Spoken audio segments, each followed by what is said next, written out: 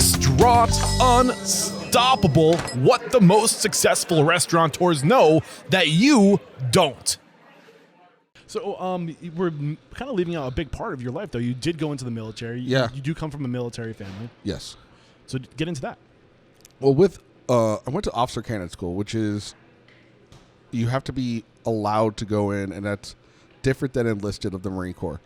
My dad was served in Vietnam. He did so much in the Marine Corps. There's so many things that he had revolutionized. He is the guy who was there in the 60s and volunteered to go to Vietnam. In the 70s, he redid how all of recruitment was done.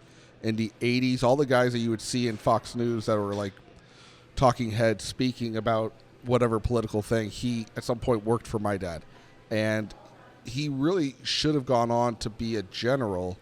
The only thing was that he would call out BS of his superiors. He had no problem saying the emperor has no clothes. He's not a political guy. He's not going to play the game. And if he had, because he was so beloved by his staff or anyone that worked for him, he easily could have been a general. My brother went in the Marines as enlisted, and he had a great following of people. And then he went into Alamo Rent-A-Car just like my dad, and went on to become vice president of Alamo Rent-A-Car. My dad did this and revolutionized Newark, New Jersey, Alamo Rent-A-Car. And what he did is if someone remembers car rental back in the early 90s, they would put a bumper sticker on the car of this is Alamo's car, this is Hertz's car. And he said, hey, can we not have a billboard saying, please murder me and steal this car to everyone coming out of Newark, New Jersey? That was the first thing he did. And I could just talk about him for this whole podcast, but that led me to believe in the love of leadership and driving the car. My brother did the same thing at Alamo Rent-A-Car. And then I went to the Marine Corps, and it was extremely arduous because I'm not knowing I'm a type 1 diabetic, and at any point I can get dropped. I have to run faster than enlisted guys. I have to run 3 miles in 24 minutes, so that's an 8-minute mile, and then do, I think it was like 15 pull-ups and 100 sit-ups, and that was just the PF. That was the physical fitness test. That's nothing compared to anything else. That's just to qualify. It's one a qualifier. Element to qualify. And here I am. At first, I'm losing fat because type 1 diabetes is juvenile diabetes. You lose all the fat in your body, then you start to lose all the muscle. So here I am showing up there pretty lean, and then I start to lose my muscle, while other people who showed up decently lean are now gaining muscle. And can't feel my face, and I'm having what's called a diabetic neuropathy. All my extremities and I never go to sick bay. I can't feel my face or my feet that well, but I'm not going to sick bay. And I was just so hard-headedly stubborn. I'm going to beat this. And I didn't know I had type 1 diabetes. I had popped for the urine test on the entrance in San Francisco, but they just had me pee on a piece of litmus paper, and it turned to color, and they're like, this says you're diabetic. And I said, well, I had a bunch of orange juice this morning. All right, fine by me. Oh, man. So I got past that test. And then so did you maybe know that, or did you have a fear that maybe you were, or did you just think no it was a concept? fault? Okay. I had no awareness. When they said you're diabetic, I said, I'm not 90 years old. Yeah. And I had a bunch of orange juice. I didn't even know it could happen to kids. It was really, really stupid of me. Yeah. And I was a type 1 diabetic will pee several times a day, lose a lot of weight. You have no insulin in your body. That's what's occurring. A type 2 diabetic has insulin, but it's being compressed usually by weight, or they might have a naturally occurring disposition, and they could probably help it or fix it with a pill. I just had a pancreas that stopped one day. Yeah. No insulin. And here I am in the Marine Corps. And anyone that was talking to me or was directly in charge of me liked me, even though they're just cursing at me nonstop and giving me a hard time.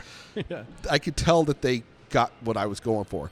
Anyone that didn't was like, this guy's performance is starting to suck. Well, his tests are great and his leadership value is the highest in your platoon, but why is he running even slower than he was last week when he was not the fastest guy when he even showed up here? And it became this debate. And this is one summer when I'm 20 years old. It's not the defining thing of my life, but it taught me so much. And there was my platoon sergeant was also a really special character.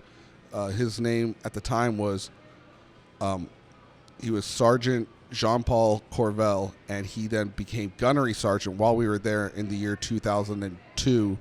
And then he went on to fight in Fallujah and do all sorts of battles, and went and left, retired in 2013 as a master sergeant, which is just 2 notches away from the highest you can get. The guy was such a motivational guy that it tapped it. I said, I want to be like that guy. He was always really, really excited for the day, dedicated to everyone while also commanding a presence and not being a cheerleader. He's not a peppy dude, but he's really in control of the situation.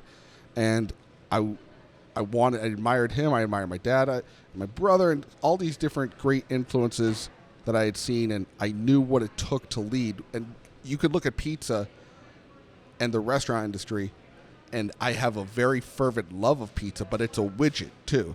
Make the widget as great as possible, then make the experience the best as possible, and there you go. Yeah. I kind of, answer that question about high school, I figured I would end up selling or doing something, but I would try and find something I like. My dad didn't aspire to work for Alamo Rent-A-Car, but he thrived in that environment. And I figured, okay, I'll end up working for some company and I'll do great things for them. That's genuinely all I thought. I mean, I think the military is a great option for young people. It teaches so much about discipline, and just, it really just helps form, I feel, just like a realistic approach to like what it takes to be successful in life.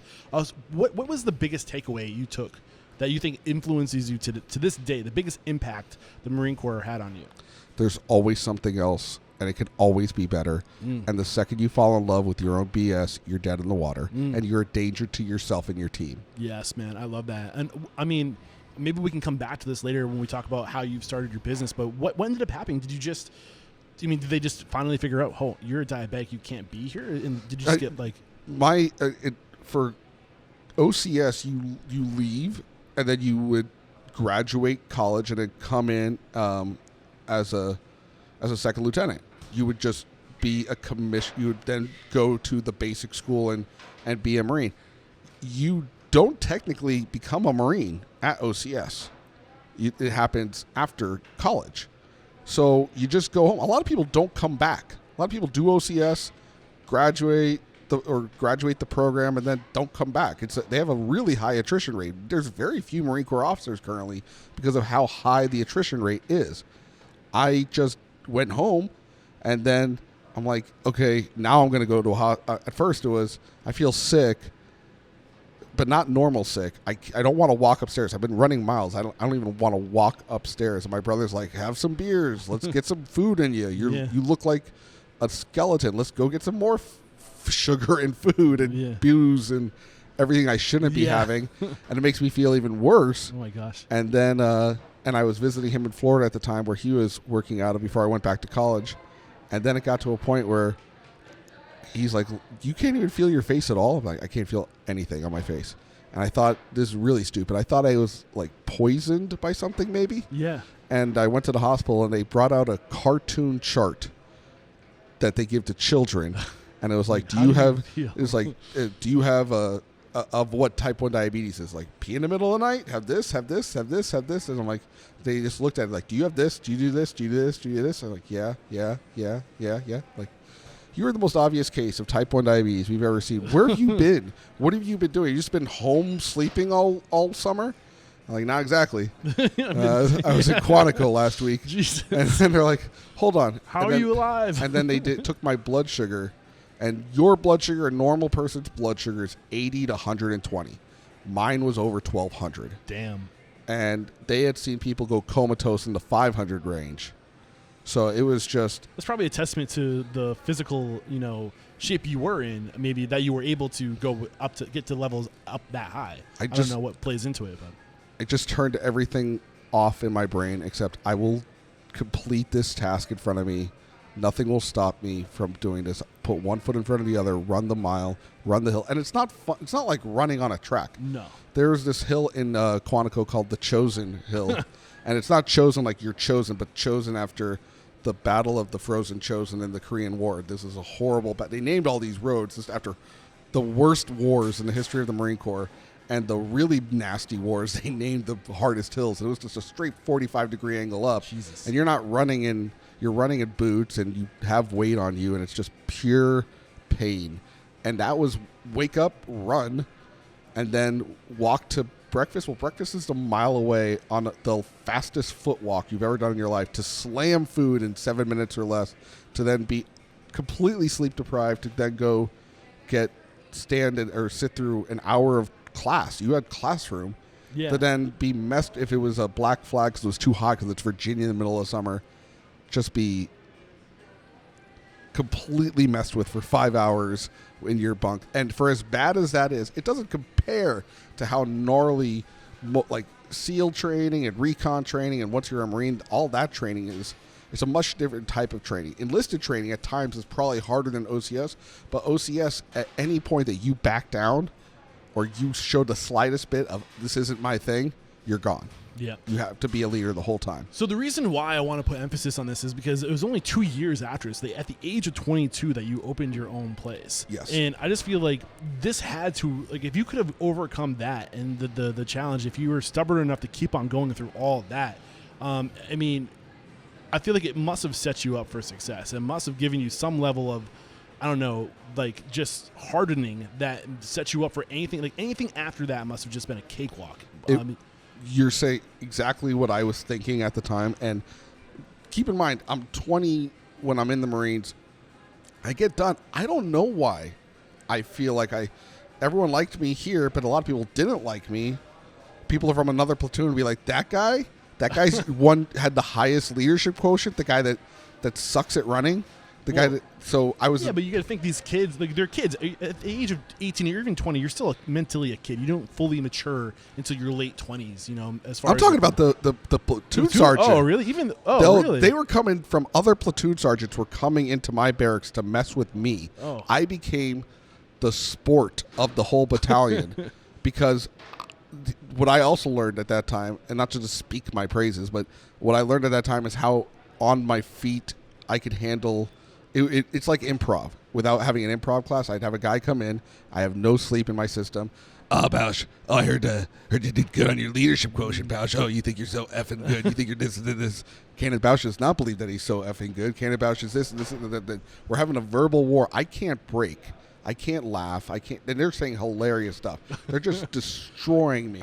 And I'm going toe-to-toe, and I'm not just backing down and go, because then I would get owned. So I'm going toe-to-toe with a lot of these guys that are coming into my barracks to mess with me. That made them want to come back more. Yeah. Like, oh, you sucked on your run today. Well, you got the highest leadership, billet. But isn't that, they're like, aren't they trying to break people down? Isn't that like kind of like that? Isn't that like the goal is to like? It's not the goal to break you down. In enlisted, it's the goal to break you down and build you back up. In OCS, it's to see if you break under pressure, and then you're gone. Okay. And I didn't break. So that was a feather in my cap. And to your point, when I'm 22, sleep deprivation, you're going to have to get up and make dough at 6 and come home at 10:30. Sure. Yeah. Who gives a crap? I don't care. I can do that. It made everything in my life have perspective. And like I was saying earlier, once I was in it, though, I was having a conniption of what is going on with me. Why am I want this. It should be mine. I should own this right now. Why I know I can run faster. What the hell's wrong with me? And then this weight lifted off my shoulders in the hospital when I gained 30 pounds overnight. Wow. Because they Not overnight, really overnight? No, overnight. Wow, man. Because insulin into my system I was in insulin shock. Where did it all go? Is it just in your gut?